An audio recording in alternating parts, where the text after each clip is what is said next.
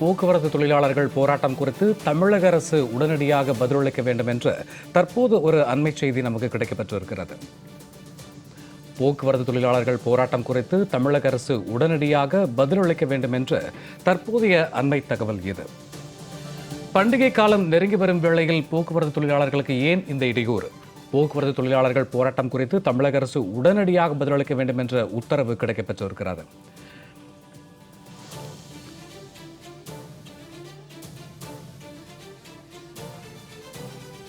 இது பற்றிய கூடுதல் தகவலோடு இணைகிறார் நம் செய்தியாளர் மகேஸ்வரி. வணக்கம் மகேஸ்வரி. தற்போது சென்னை உயர்நீதிமன்றம் தமிழக அரசுக்கு ஒரு உத்தரவு ஒன்று பிறப்பித்திருக்கிறது. இது பற்றிய கூடுதல் விவரங்கள் என்ன மகேஸ்வரி? ஊதிய உயர்வு, பழைய ஓய்வூதிய திட்டம் அமல், ஓய்வு பெற்ற தொழிலாளர்களுக்கு வழங்கப்பட வேண்டிய ஓய்வூதிய பண பலன்களை வழங்குதல் உள்ளிட்ட 6 அம்ச கோரிக்கைகளை அரசு ஏற்க மறுத்ததை அடுத்து இன்று முதல் வேலை நிறுத்த போராட்டத்தில் ஈடுபடுவதாக செப்டம்பர் 19ஆம் தேதி அண்ணா தொழிற்சங்க, சிஐடியு மற்றும் ஏஐசிடியு, பாட்டாளி மற்றும் பிஎம்எஸ், ஐடிஎன்டியு மற்றும் HML உள்ளிட்ட 16 தொழிற்சங்கங்கள் வேலை நிறுத்த நோட்டீஸ்கள் வழங்கினார்கள். மேலும் இந்த வேலை நிறுத்த போராட்டத்திற்கு தடை விதிக்க வேண்டும் என்ற ஒரு கோரிக்கையை முன்னிட்டுதான் சென்னையை சேர்ந்த டிஸ்பாம் மாணவர் பால் கத்திகோன் என்பவர் சென்னை உயர்நீதிமன்றத்தில் மனு ஒன்றை தாக்கல் செய்கிறார். அவர் தாக்கல் செய்திருந்த அந்த மனுவில் கூறுவது என்னவென்றால், 8 ஆண்டுகளாக நிலுவையில் உள்ள விவகாரத்தில் அரசுக்கு நெருக்கடி கொடுக்கக்கூடிய வகையில் பொங்கல் பண்டிகை நெருங்க வரக்கூடிய நிலையில் இந்த போராட்டம் நடத்தப்படுவதாக அவர் தாக்கல் செய்திருந்த அந்த மனுவில் தெரிவித்திருந்தார். இந்த நிலையில் தான் இந்த மனுவானது இன்றைய தினம் சென்னை உயர்நீதிமன்றத்தினுடைய தலைமை நீதியரசரான கங்கப்பூர் வாலா மற்றும் நீதியரசர் பர்வத் சக்கரவர்த்தி அடங்கிய அமர்வு இன்றைய தினம் விசாரணைக்கு எடுத்துக் கொள்ளப்பட்டது. அப்போது தமிழகத்தினுடைய மிகப்பெரிய பண்டிகையான பொங்கல் பண்டிகையின் போது மக்களுக்கு ஏன் இடையூறு செய்ய வேண்டும் என்ற ஒரு கேள்வியை மனுதாரர்கள் எழுப்பியிருந்தார்கள். இதனால் அதிகம் பாதிக்கப்படுவது பொதுமக்கள் தான் என்றும் நீதியரசர் நகரத்தில் உள்ள மக்கள் அதிகம் பாதிக்கப்படவில்லை என்றாலும் கிராமத்திற்கு செல்லக்கூடிய மக்கள் மிகவும் சிரமப்படுகிறார்கள் என்று நீதியரசர் கேள்வி ஒன்றை எழுப்பினார்கள்.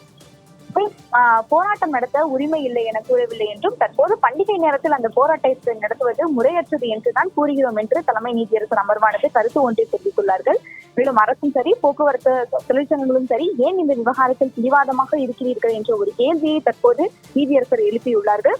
மேலும் இந்த விவகாரத்தில் தீர்வு காண்பதில் என்ன பிரச்சனை இருப்பதாகவும், ஓய்வூதியர்களுக்கு மட்டும் ஜனவரி மாதத்திற்கான அகவிலைப்படி வழங்குவது குறித்து தமிழக அரசு பிற்பகலில் தெரிவிக்க வேண்டும் என்று தற்போது நீதியரசர் கருத்து ஒன்றை தெரிவித்துள்ளார்கள். மேலும் தொழிற்சங்கங்கள் சார்பில் ஆஜரான வழக்கறிஞர்கள் ஆஜராகி வாதங்களை முன்வைக்கும் போது 6 கோரிக்கை வலியுறுத்தி போராட்டத்தை அறிவித்திருந்தாலும் ஓய்வூதியர்களுக்கான அந்த அகவிலைப்படி ஜனவரி மாதத்திற்கு வழங்க வேண்டும் என்ற ஒரு கோரிக்கையை ஏற்காத காரணத்தினால்தான் தற்போது வேலை நிறுத்தத்தில் ஈடுபட்டதாகவும், முன்னரே நோட்டீஸ் முறையாக கொடுக்கப்பட்டிருந்தால் இந்த போராட்டம் என்பது நோட்டீஸ் என்பது கொடுக்கப்பட்டதாகவும் அந்த வாதத்தில் தெரிவித்தார்கள். மேலும் தமிழக சார்பில் ஆஜரான வழக்கறிஞர்கள் ஆஜராகி வாதங்களை முன்வைக்கும் போது பேச்சுவார்த்தை பல கட்டங்களில் நடத்துவதாகவும், மேலும் அந்த பேச்சுவார்த்தை என்பது அந்த பேச்சுவார்த்தைகள் எந்த ஒரு முன்னேற்றமும் ஏற்படாத நிலையில் தான் ஜனவரி 19ஆம் தேதி இந்த தள்ளி வைக்கப்பட்டிருக்கிறதாகவும், இது சட்டவிரோதமாக இந்த வேலை நிறுத்தத்தில் இந்த தொழிலாளர்கள் ஈடுபட்டிருப்பதாகவும் தமிழக அரசு சார்பில் வாதங்களானது முன்வைக்கப்பட்டது.